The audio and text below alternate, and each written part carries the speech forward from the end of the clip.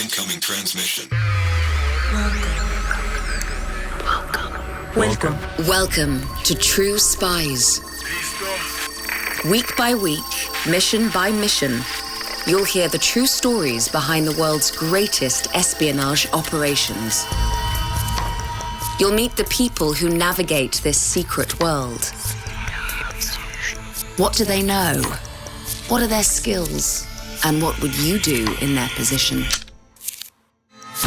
This is True Spies. I just did what I thought was the right thing to do. There's a famous verse in the Quran, stand up for justice, even if it's against the rich, the poor, your parents, your relatives, even yourselves. This is True Spies, Episode 10, Undercover Jihadi. When you are called to give testimony in court, give that testimony. And if you don't give it, then God is aware of what you do. How do you become a spy on the front line of a critical operation where hundreds of civilian lives are at stake? A glittering career in the US Marine Corps? A first in modern languages from Oxford?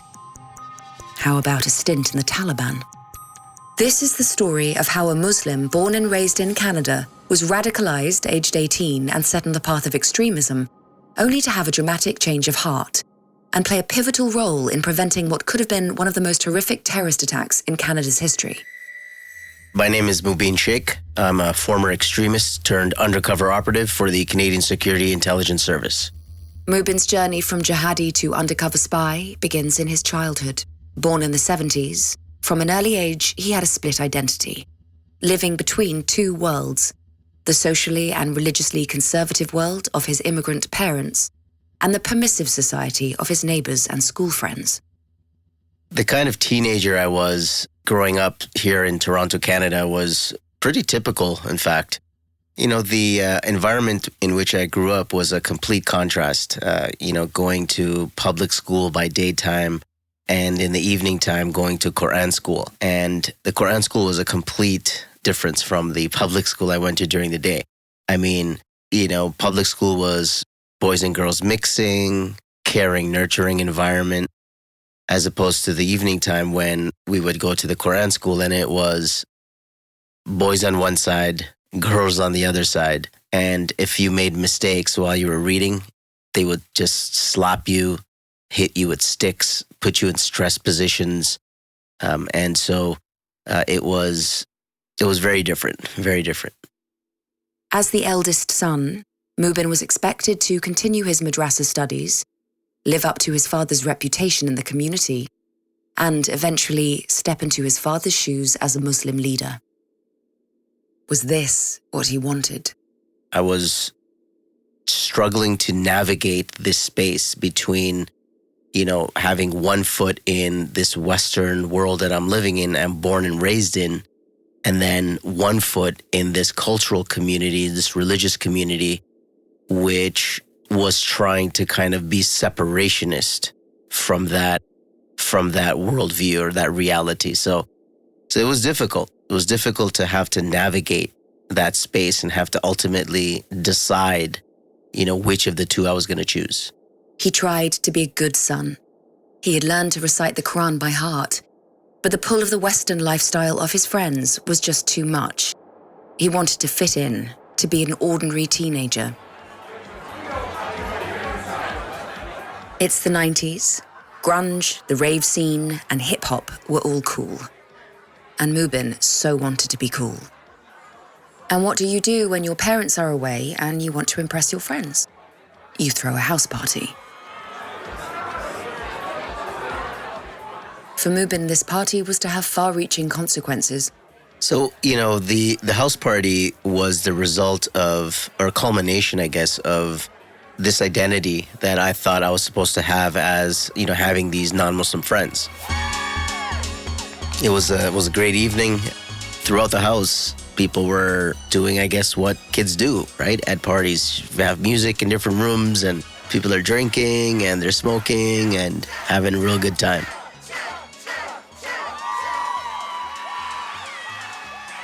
Until suddenly my uncle bursts through the front door. Mubin's uncle grabbed him and struck him across the face, yelling to his friends to get out. His friends fled. some jumping from balconies, some running out, grabbing bottles and joints as they ran. Party over. For Mubin, this was the very worst thing that could happen. My uncle immediately got on the phone calling for reinforcements. It was basically, look at what your son has done, or look at what your nephew has done. I could feel my dreams just, out the window. Mubin had shamed and dishonored his family, his faith, and community. He had defiled his home. This is where people pray, his uncle had told him. How could he redeem himself? Put yourself in Mubin's shoes. What would you do to ease the guilt you felt, to restore honor to your family, and become the son they wanted? And so this is what would prompt me to now decide I need to make a choice. I need to make right with my family. And the only way I'm going to do that is to get super religious. In my mind, that meant a number of things. That meant, the number one, I had to cut off my friends. Now, it was drastic, of course. It was an extreme choice in one sense, because it's going from one end, all the way to the other. And the background in which I grew up allowed for this kind of religiosity to be manifested through a particular religious group. This group is called the Tabligh Jamaat. They're not extremists, they are fundamentalist, and what they call for is an immersion program, if you will, of 4 months in total, 2 months in India, 2 months in Pakistan, where you would spend every day in a local mosque, just living in the mosque, staying in the mosque, and basically traveling to other mosque locations. And you would do this for a 4-month period. And so I decided that what I needed was to go on this 4-month trip. The mission of the Tablighi Jamaat was to increase the number of believers. Mubin was to visit mosques and go to Muslim homes door to door and reinforce the belief and practice of Muslims. Now 19 and trying to be the good Muslim his family wanted him to be, he was diligent. He was young and looking for a path to redemption. He spent 2 months in India where he excelled. He was validated, felt successful. He was becoming the person he was supposed to be. His next deployment was in Quetta, Pakistan. Mubin arrived, tired and dirty from a long journey on a train, where he'd slept sitting up on a wooden bench back against the wall. Seeing the Quetta Mosque, it was like a mirage.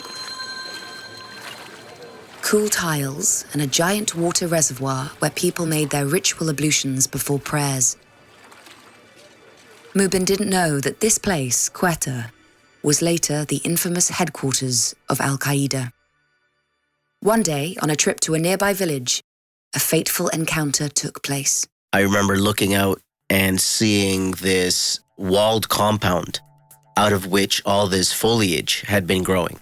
And I just thought it was odd because in the middle of this almost desert-like society, desert-like geography, there's all this greenery growing out of this place. So I thought, what is this place? So as I came closer, suddenly I could see, just as I bend around the corner, there are several men squatting and crouched onto the ground in the shade of the foliage. And so I came closer to them, and that's when I realized that, hold on a second, these are not other Tablighis. These guys are armed. And I could see on the ground in front of them that they were just loaded with weapons. AK-47s, rocket-propelled grenades, and belts of ammunition. And I remember thinking to myself at that moment, wow, these are like the heroes of the old that I've read about. And this 19-year-old kid seeking this new identity, seeking a new identity with a religious flavor to it, and now seeing these guys in front of me, this was, everything was coming together now. These heroes with machine guns told Mubin he could change the world with violence. And Mubin was listening.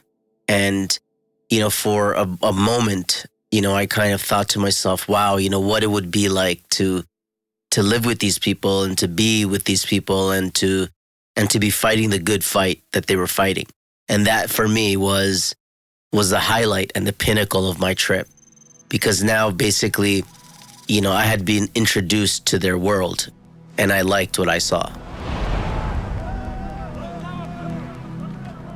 Jihad, the soldiers had shouted, raising their guns in the air. Jihad is how you change the world. Mubin didn't know that he had just met members of the Taliban who were soon to fight in Afghanistan and install an Islamic state. After his 4 months in India and Pakistan, Mubin returned home to Canada. He thought a lot about the soldiers he had met and how he could be like them. He started to associate with other extremists, recruiting others to the cause. He felt he had a duty to take up arms and join in jihad. He began to wear his religious robes full-time. Now he had a long beard and wore a turban. He left the Tablighi Jamaat because they were not political enough. He became a Salafist jihadi and immersed himself in their separationist politics. So coming back to Canada, joining up with these more hardcore Salafi types, suddenly my worldview is inundated with knowledge and awareness of political disputes that were taking place around the world, in the Muslim world, and especially wars in the Muslim world. In the mid-90s is when the war in Chechnya happened. And this was really at our, on the tops of our minds. I mean, we were always talking about these conflicts, and this one in particular. And one of the curious things about the Chechen war is that this is when the first real jihadi videos started to come out. They were in the form of CDs, of course. But this was a series of CDs depicting the war in Chechnya. The militants had collected all this video footage of Russian armored personnel carriers being attacked in ambush attacks, Russian soldiers being engaged in firefights and shot dead, and unfortunately, even beheading videos. And so these were the kinds of videos that we were consuming day in and day out. And we thought to ourselves that this was our mission in life, to effectively aspire to become warriors like we saw in the videos, to effectively, for our life, to imitate the art that we were seeing on video. But then in 2001, the 9/11 attacks happened in America. Initially, Mubin celebrated. And my immediate and initial reaction is Allahu Akbar. And of course, Allahu Akbar can be read in two ways, right? One is yes, or the second being, oh my God. And to be honest, I had both feelings and both sentiments in mind. I did feel a little bit of elation. I did feel that, okay, good, something bad has happened to the U.S. The U.S. is bad, therefore any bad that happens to it is good, right? That was the logic that we had. And that whole day and the way that the day transpired really, really affected me. So, for example, as I went upstairs and back to my workplace, I could see the stress that people had on their face. One of my colleagues, her and I would debate religion all the time during work. And now she was softly crying. She was definitely not wanting to talk to me. And I'm realizing that, look at the impact that this is having on people. She was softly crying because she was trying to reach her father, who lives and works in New York. And I'm still trying to navigate within myself, trying to make sense of this, that what, is this actually a good thing? The responses of his co-workers forced Mubin to reconsider his commitment to the so-called cause. It's one thing to be, fighting the disbelievers who have invaded your homeland. That I understand. But flying a plane into a building, of non-combatants on top of that. Like, how do you justify that? And so this is what would force me to have to confront the fact that I came to subscribe to an ideology that basically produced this. And then I realized that there wasn't a justification for this. That at some point, I went wrong because I came to subscribe to this worldview which produced this horrible act. And so this is when I resolved and told myself that what I needed to do now was study the religion properly. So in 2002, Mubin decides to leave Canada. He sells all his belongings and now with a wife and 2 small children, departs to Syria to study, to learn more about his faith, to become an Islamic scholar. He signs up for lessons in Arabic at Damascus University. It's here that he meets a young Islamic teacher who challenges Mubin's extremist ideology. And I arrive in Syria, and one of the things I realize is it's not a overtly Muslim-looking place. I mean, yes, I saw a lot of hijabs, but the way that I dressed, I really didn't see many people in Syria dressing. This full beard, long robes, and turban was something that really scholars would dress like. And so here I am in this, hardcore Muslim-looking guy showing up in Syria. So I remember first it actually started with introducing ourselves in the classroom. And, in the Arab world, in the Muslim world, you use what's called your kunya. Your kunya is basically your nickname, if you will. But it's more than a nickname. It's so for example, if your son's name is Adam, you would basically be referred to as the father of Adam. And father of means Abu, A-B-U. And so Abu Adam would mean father of Adam. Now, I was Abu Mujahid, right? Father of Mujahid. Mujahid means one who does jihad. So you can imagine in the class when the teacher asks, okay, what's your name? I said, I am Abu Mujahid. Well, that got their attention.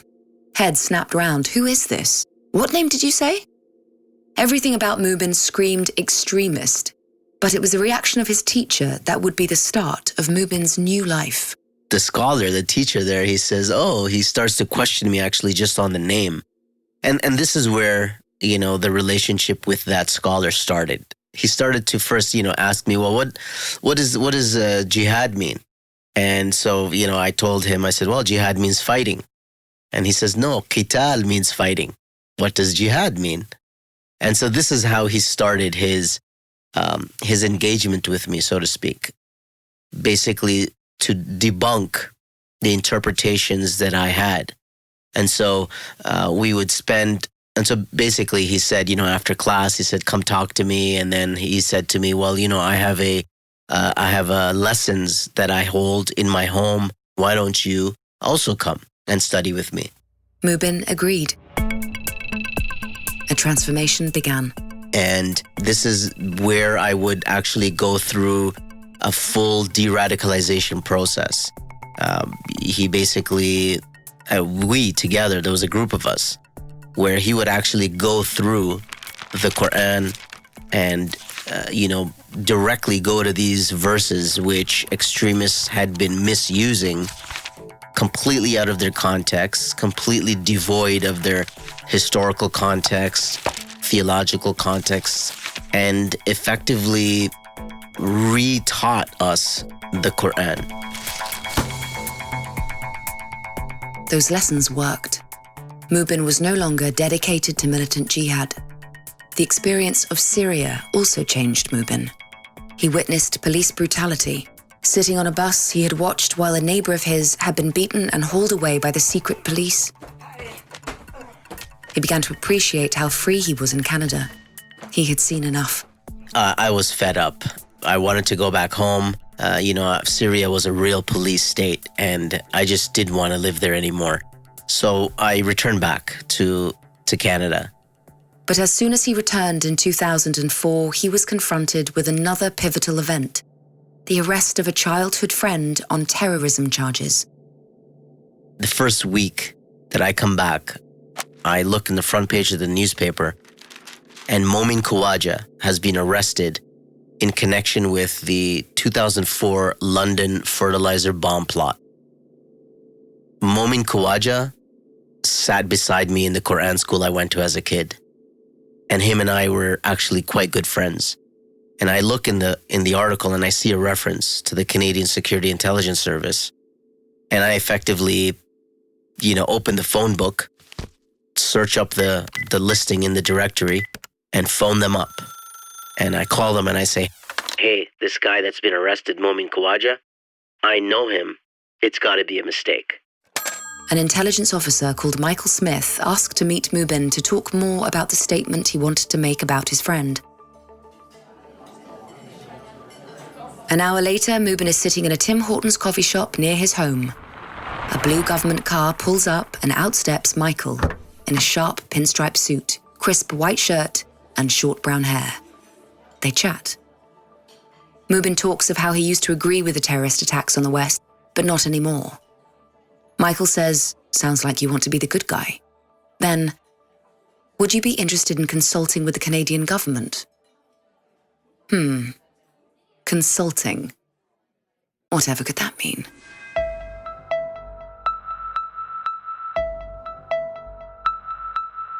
What would you think of that offer? A terrifying leap into the unknown? Or a chance to reinvent yourself? To make amends for past mistakes? To become the good guy? What would you do? So after this initial meeting with the intelligence officer, I went back and did a little bit of research and realized very quickly that this was Canada's spy agency, and my job was now to be a spy. Mubin was asked to more meetings, this time with two agents, Michael and another, A.J. Brown. No suits this time, white shirts with ties, khaki pants and loafers. But the agents were not satisfied. They still needed reassurance about Mubin's views. Had he really changed? They asked him to go to a hotel room. I remember just entering the room. The blinds were drawn. Out came electrodes, which were attached to Mubin's fingers. Wires were wrapped around his chest and waist. A blood pressure cuff was strapped around his upper arm. And I had not recognized this person. I had not met the polygraph operator before. So he basically explained to me that, listen, this is a polygraph, also known as a lie detector. Please don't lie to me. I will know right away. And so we begin the polygraph, and I'm just being asked general questions of my life. But then the questions got into what I had been doing in Syria. They asked me if the Syrian regime had tasked me to be a spy and come back into Canada and spy on their behalf. And basically trying to get, other answers to other questions. What are your beliefs about Canada? What are your beliefs? Basically trying to find out if I was still of a particular mindset. And so I guess, he was satisfied, and I did pass the polygraph. And after that is when the real work would begin. Mubin was in. He'd been recruited as a spy. His work began online. So my early assignments for the intelligence service basically included online platform exploitation, meaning getting into password-protected chat forums in which extremist-minded individuals were recruiting people. They were discussing tactics, techniques, and procedures, and my job was to effectively get into these forums and see who was doing what and who they were doing it to. And this became my life for a couple of years. The assignments kept coming. Then, in 2005, Mubin was handed a dossier at a safe house location. And I'm basically told, listen, these are the guys. We want you to find out what they're up to. Mubin studied the faces in the dossier. This was new. Before, he'd been given 5 targets max. Now he was being shown 16. Already he could feel this was bigger than anything he'd been given before.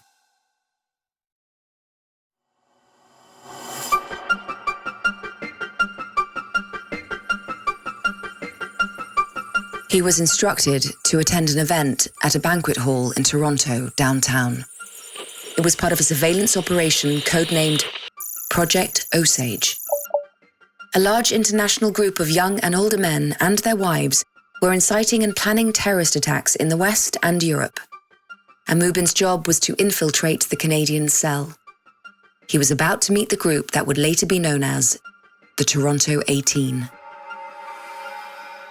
I had already been invited, actually, to the banquet hall. There was a presentation on Muslim inmates who were in prison, and the grievance of the presentation was basically, look at these guys. They haven't been charged with a crime. They're being held on basically intelligence on an immigration warrant, and they can't even, interact with their family members. And because it was a topic of Muslim prisoners, these guys who I was supposed to investigate showed up at this event. I remember sitting at the table, one guy just basically came right across. I mean, I was sitting, directly across from the main entrance. And one guy comes in and he's got a scarf covering his face. And I don't know how, but he walks straight over to me and basically almost sits right next to me, comes right next to me. And he says, Salaam alaikum. I said, Wa alaikum salam. And he reveals his mask, or he takes the scarf off. And I realize, and I get butterflies in my stomach because I realize this is target number 2 from the dossier. And then he says to me, oh, my name is Ilyas. And I remember from the dossier that is not his name. He's giving me a fake name. Mubin's instincts were right. The target's real name was Zachariah Amara, one of the ringleaders of the Toronto 18 group. He was the one who would build a detonator and buy 3 tons of ammonium nitrate to use as a bomb. And he wasn't the only person of interest to put in an appearance that day. And then he says, well, I'm just here waiting for my friends to show up. And so I thought to myself, I wonder / hope it's the rest of the friends that I saw in the dossier. And sure enough, a few minutes later, several individuals come in through the front door again, matching the description of what I saw in the dossier. Their photos, this is definitely them. And they come over to the table that I'm sitting at, recognizing, quote unquote, Ilyas.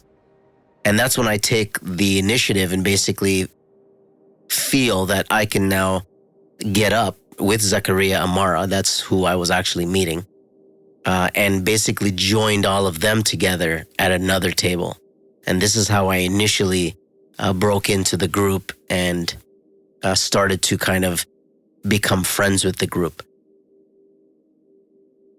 Throughout this presentation that was being held at the banquet hall on the Muslim prisoners, there was little snide remarks that were to indicate, a pro-jihadist nature. Afterwards, outside the venue, things took a more sinister turn. They began to, quote unquote, recruit me.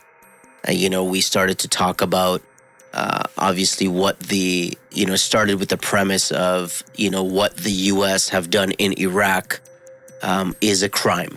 And the next part of the premise was that we had to strike the U.S. because they had gone to war with Islam. And Canada, because Canada was allied to the U.S., was also a legitimate target. Even though Canada didn't actually participate in the Iraq war, the fact that we are military allies to the U.S., according to this group, certainly made us a target. And so the conversation turned now to this idea that they had, which was we need to form a group to to strike back at the US and at Canada. And we can do that.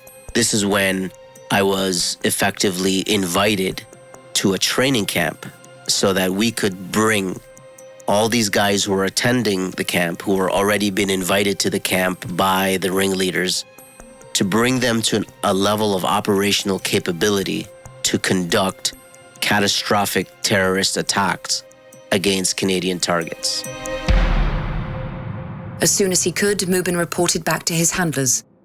He told them the group had revealed plans to blow up office buildings and kill innocent people, and he had been asked to train them to do it.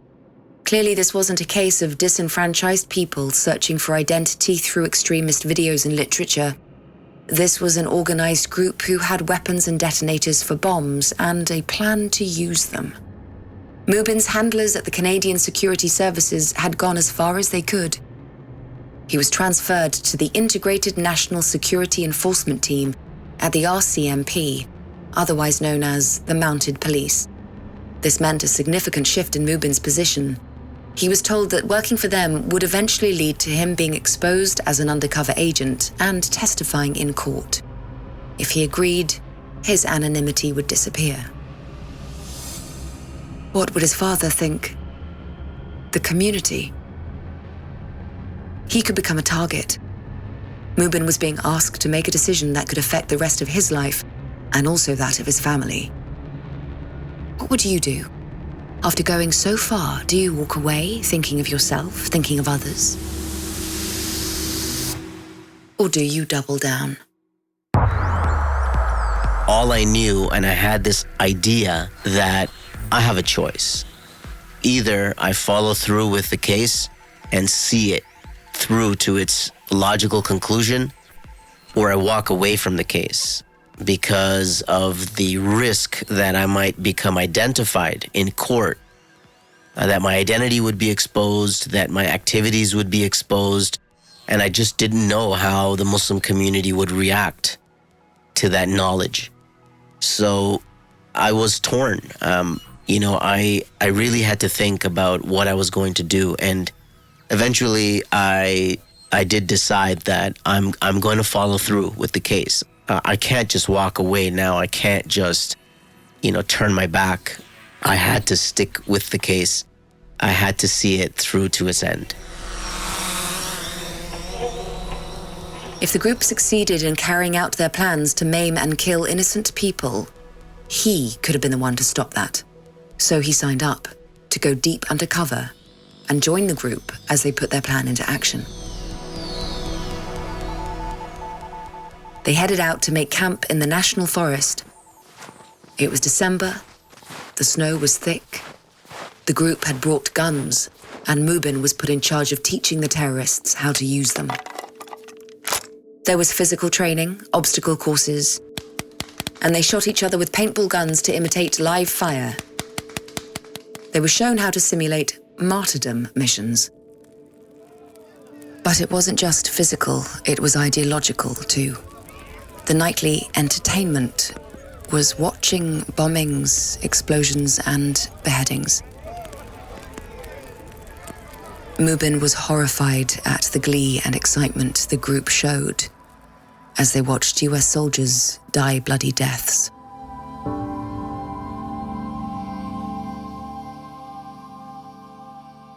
So we come to the time of the actual training camp, and, we have an obstacle course built. We have our tent set up. The tent is camouflaged. We were watching, every night we were watching videos of Anwar al-Awlaqi, a famous American deceased, of course, ideologue who was, really calling on attacks on the West. We were watching other videos, IED attacks in Iraq, U.S. military soldiers being killed by an Iraqi sniper. These were the kinds of activities that we did for, almost a good 2 weeks out in the bush in the middle of winter in Canada. These weren't just simulations. The group were training to put their plans into action, and they had specific targets in mind. The targets that, of course, we had in mind included a number of things. On one level, it was aspirational. There were a few targets that were mentioned, which were just, out of the realm of achievable. For example, attacking the nuclear power plant by flying a plane into the building. But the other was quite practical, and that included 3 one-ton ammonium nitrate truck bombs to go off at a coordinated time during rush hour with shrapnel inside these bombs, detonated at 9 a.m. so that the maximum amount of damage could be inflicted on pedestrians, on vehicles, even down to the details of broken flying glass as a result of the bombs. This was the end goal. This was the end state. And it also turned into an attempt to attack the Parliament building of Canada, to effectively run in to the building and with guns drawn and effectively hijack the Parliament of Canada. And according to one of the ringleaders, to behead members of Parliament one by one to force the eviction of Canadian forces from Afghanistan as part of our military deployment. Mubin returns to his handlers as soon as possible and files his report. The police decide enough is enough. Now is the time to intervene. Mubin and his family are taken to a safe house. They wait for news. 400 police officers, tactical units, helicopters, snipers, all swooped on the suspects, the Toronto 18. Mubin knew his cover must have been blown already. He hadn't been arrested along with the others. What would happen now? How would his community respond when he was exposed as a spy? I remember sitting in the hotel room, watching the news, seeing, all of this unfold. And then I realized to myself, oh my God, what have I gotten myself into? I mean, that was actually my first initial response. And I'm seeing on TV, a number of individuals have been arrested, and for a split moment, they show 3 of the guys that I have just spent, all this time with, day in and day out. And sure enough, it's the same group. It's this group that I've been undercover with. And now they're all over the media. And now I'm asking myself, now what? What's going to happen? While he's in the safe house, Mubin is offered witness protection. The offer? He would take his whole family, including his father, and start a new life. A tempting proposition, surely. This to me was unacceptable. I mean, they started with, our threat and risk assessment indicates a significant threat to your life. And I knew that people in the community would be upset, but threat to my life, I found that a little bit hard to believe. And so I respectfully declined witness protection. And I thought to myself that, I'll take it as it comes. The spying was over. The suspects had been arrested. Mubin had refused witness protection and at this point might have been able to keep a low profile. He hadn't yet been exposed.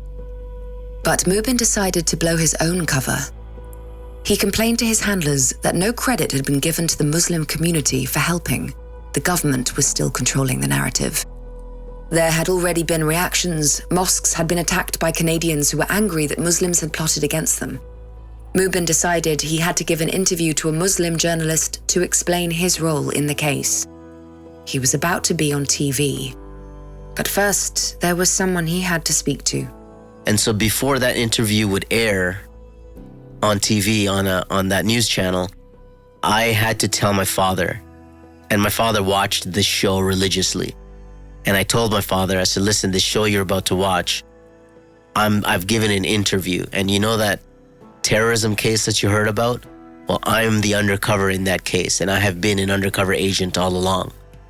And actually his response to me was, he said, Alhamdulillah, all praises due to God. Tell them to give you a job, But then, of course, things got very serious because he realized that what the heck has just happened? My son is on TV, basically telling the whole world that he was an undercover in this terrorist cell. And suddenly he became very nervous, very upset, and very anxious. He wasn't the only one.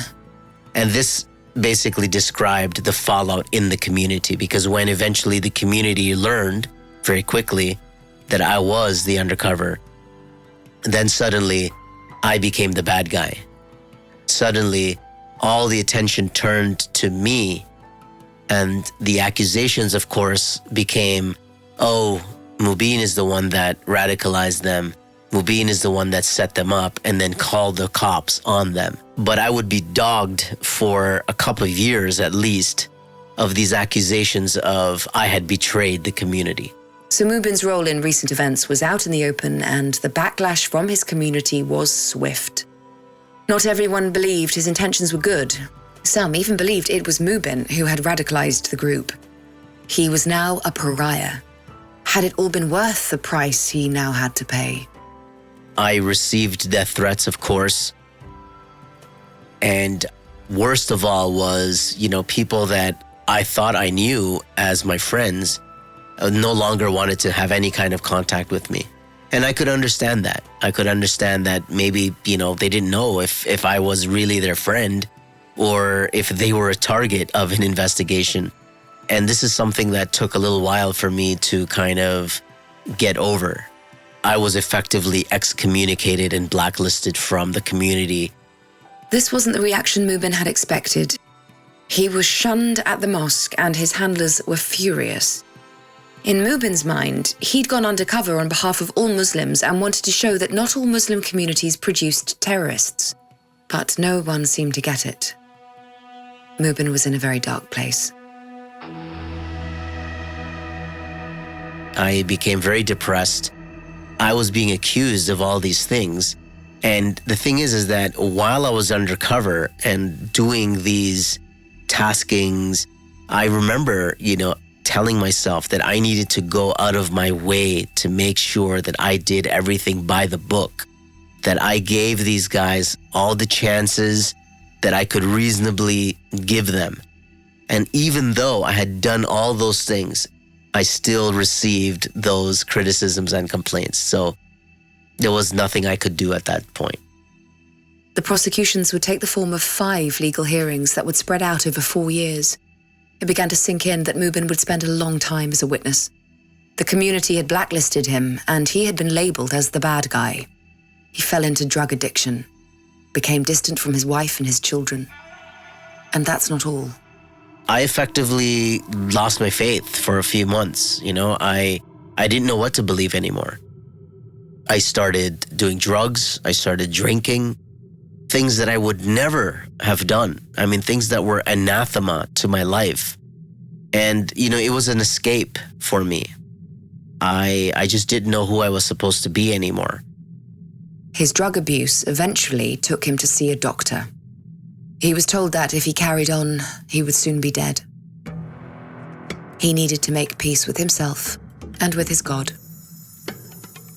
So it was very difficult for me. It was crushing to me in one sense that this community that I had been a part of for so long, that my father is such an important part of, this community is now excommunicating me. So what do I do? Is it possible that everybody else is wrong and I am right? And that didn't, make sense to me at that time. But in fact, it was true. It was true that in fact they were all wrong because they were not there. I was there. I had seen these things. I had heard these things. We had recorded these interactions with these individuals. They were recorded through other means outside of even just my collection methods.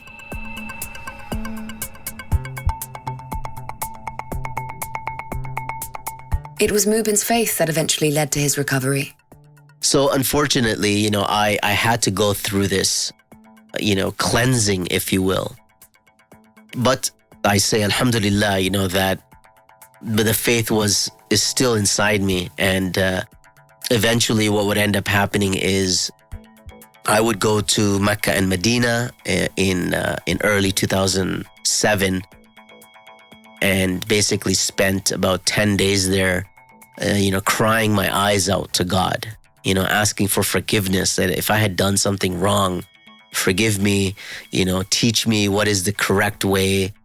And after spending all this time and just, gushing out everything from inside, cleansing myself, detoxing myself in Mecca and Medina, the places that I was taught that this is where you get your absolution. This is where you go to get that forgiveness. And so I like to think that I got it, because when I came back, I was in a much, much better place. And I was rewarded for it in the sense that every time a court hearing took place, I succeeded. I did very well. And this I took as a validation that, in fact, God had answered my prayers. Mubin was the primary witness in the Toronto 18 hearings and was responsible for the conviction of 11 would-be jihadi terrorists. 3 are serving life sentences. As the sentences were handed out, the public was reminded of the huge damage that would have been done had the group's plans gone ahead. Catastrophic, said one judge, saying the plan would have changed the lives of many, if not all, Canadians forever. But where did that leave Mubin? 100% I know I did the right thing. I have no doubts of that in my mind, especially now after all these years and, everything that's come and gone in that time, including ISIS. The fact that, I was doing this in, 2004. The 9/11 attacks had just happened just 3 years prior. The Iraq invasion had just happened 1 year prior. And looking back with what happened since then, right? We saw this group called ISIS basically come and go. And, I became very involved in anti-ISIS operations just as an independent researcher and expert. And I only became that because of my work in the Toronto case, my time giving testimony, a degree that I took in policing, intelligence, and counterterrorism to kind of make sense of what I got myself involved in. So when I look back, for sure, I did the right thing. For sure, I had taken the right step, because by the time ISIS had, come onto the scene, Western media were looking for people that they could have to speak on this topic, speak intelligently based on some kind of proper experience that they had. And so I was able to basically step up and defend the Muslim community. This was always my function as I saw it. It wasn't just about, cheering on the causes for the community. That's one side of it. The other side was, of course, stepping into and stopping plots that were originating from inside that same community. Am I a hero? I like to think that, I just did what I thought was the right thing to do. This is what my religion commands me to do. There's a famous verse in the Quran, stand up for justice, even if it's against the rich, the poor, your parents, your relatives, even yourselves. And when you are called to give testimony in court, give that testimony. And if you don't give it, then God is aware of what you do. So it's a famous quote, chapter 4, verse 135. But, I had quoted the verse many times, but now I had actually lived the verse, and it had become a part of my life.